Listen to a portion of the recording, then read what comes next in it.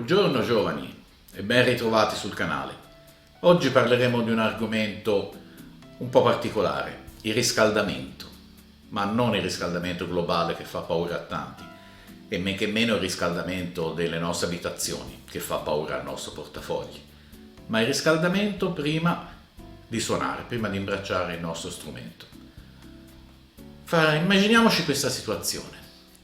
È domenica mattina d'inverno, freddo, umido, e voi siete appunto infreddoliti e ancora assonnoliti, seduti sulla panchina, mentre guardate la squadra di calcio amatoriale in cui giocate, che sta disputando una partita, e seguite le azioni assai poco mentre pensate un po' agli affari vostri.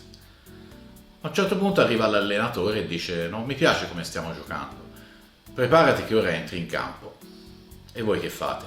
Vi alzate in piedi, cominciate a fare un po' di stretching, poi un po' di corsetta, un po' di movimenti per scaldarvi, mentre il preparatore atletico, ammesso che ci sia, è lì che insiste e vi raccomanda: mi raccomando, scaldati bene che ora entri.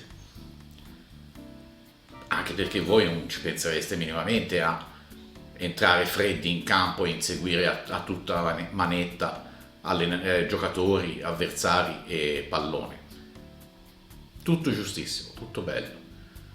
Ma allora, perché quando dopo una giornata di lavoro, di impegni in casa, fuori, arriviamo a avere un momento per noi, accendiamo l'amplificatore, neanche fa tempo a cominciare a scaldarsi le valvole e giù a manetta a suonare Master of Puppets? La storiellina serve per rimarcare l'importanza di riscaldarsi prima di iniziare a suonare. Suonare comporta un impegno sia mentale, di concentrazione, sia fisico. Chi ha fatto qualche concertino, qualche esibizione lo sa, anche solo un'ora di concerto comporta soddisfazione ma anche una discreta fatica. E allora è indispensabile che noi prima di iniziare a suonare ci abituiamo i muscoli, le articolazioni, prendiamo confidenza con lo strumento prima di impegnarci in qualcosa di più serio, che siano esercizi, siano brani, prove o un'esibizione. I professionisti tutti, dal primo all'ultimo, hanno le loro routine di riscaldamento prima di un'esibizione. Ora un po' meno, ma io ricordo negli anni 70, 80 e anche 90 che tipicamente c'era il giornalista che subito prima di un concerto intervistava il famoso chitarrista della strafamosa band. E regolarmente c'era questo chitarrista, magari ancora non con gli abiti di scena addosso, che con una chitarra in mano spenta faceva scalette su e giù, accordi per scaldarsi, mentre intanto parlava con poca attenzione, rispondeva con delle mezze banalità alle domande del giornalista. Perché? Perché in quel momento, con metà della sua testa, stava concentrandosi sull'esibizione che avrebbe avuto luogo a breve, e perché si stava scaldando appunto prima dell'esibizione. E voi mi direte: tutto bello, tutto buono, ma come bisogna scaldarsi e per quanto tempo? Questo ognuno di noi, dipendentemente anche dalle situazioni, svilupperà con l'esperienza le sue preferenze, la sua routine, che può anche cambiare a seconda dell'occasione, a seconda del periodo. L'importante è, il concetto di base è gradualità. Noi non dobbiamo partire subito con il pezzone tremendo a tutta manetta. Dobbiamo abituarci, bastano pochi minuti, il tempo che si scaldino i filamenti delle valvole in stand-by, e poi pian piano, gradualmente incrementare, che siano esercizi, che siano brani in sala prove o un concerto. Ebbene, io posso dirvi quello che faccio io. Prima di tutto, secondo me, è importante anche fare, soprattutto per la parte superiore del corpo, delle dei movimenti con le spalle, col collo, di scioglimento, di rilassamento, di sentirsi a proprio agio, prima ancora di imbracciare lo strumento. Poi con lo strumento in mano, che può essere anche spento, o ora non lo faremo acceso per sentire qualcosa, cominciare piano piano a fare con gradualità, come si è detto, qualche movimento più semplice. Per esempio, a me piace fare le scale, ad esempio modali, in Do.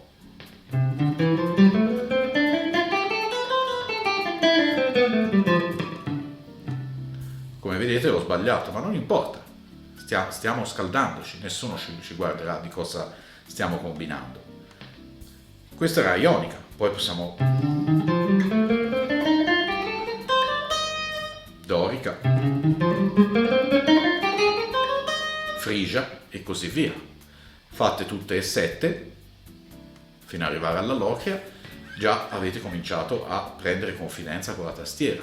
Poi potreste fare delle scale a 3 note per corda per cominciare un po' a allargare. A me per esempio più che quelle piace fare delle scale esatonali, ad esempio.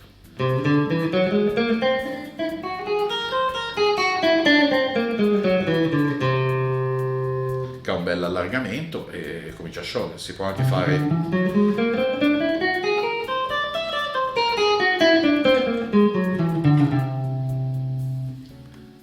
poi si possono fare ad esempio altre scale, arpeggi, ad esempio gli arpeggi sulla scala maggiore.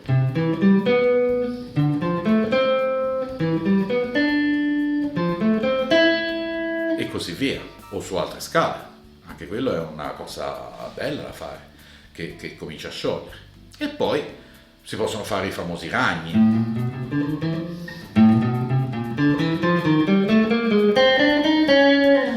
Tutte le possibili permutazioni che ci vengono in mente, o qualunque altra cosa. Poi a un certo punto a me piace cominciare a accennare qualche giro armonico, per esempio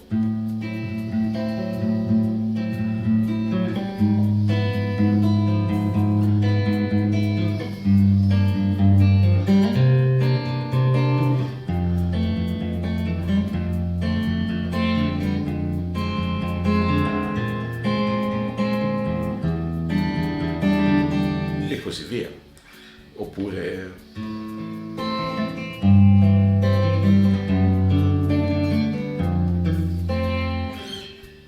un qualunque giro armonico che vi sentiate confidenti, che potreste addirittura suonare mentre state parlando con qualcuno, cioè proprio che vi condizioni le mani, la mente a entrare nell'ottica di ora suonerò la chitarra e ci prendo gradualmente, di nuovo questo avverbio, e confidenza. E basta, e poi con l'esperienza piano piano imparerete come scaldarvi per poter suonare meglio, se è possibile evitare piccoli, e speriamo di no, grandi problemi fisici tipo tendiniti eccetera. E basta, e questo è quanto sul riscaldamento. Ecco, si può finire anche con un altro piccolo aneddoto.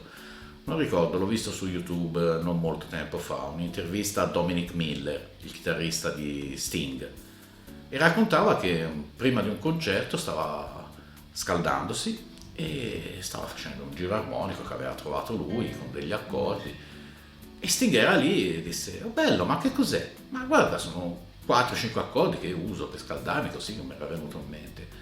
"Ah, ma quali sono? Fammi descrivere un attimo." Poi ci lavorarono nei giorni a seguire e è venuta fuori Shape of My Heart, che è uno dei brani più belli e anche complicati di Sting.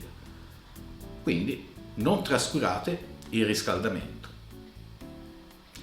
Il video termina qui, io vi ringrazio per l'attenzione e vi auguro buona giornata, giovani.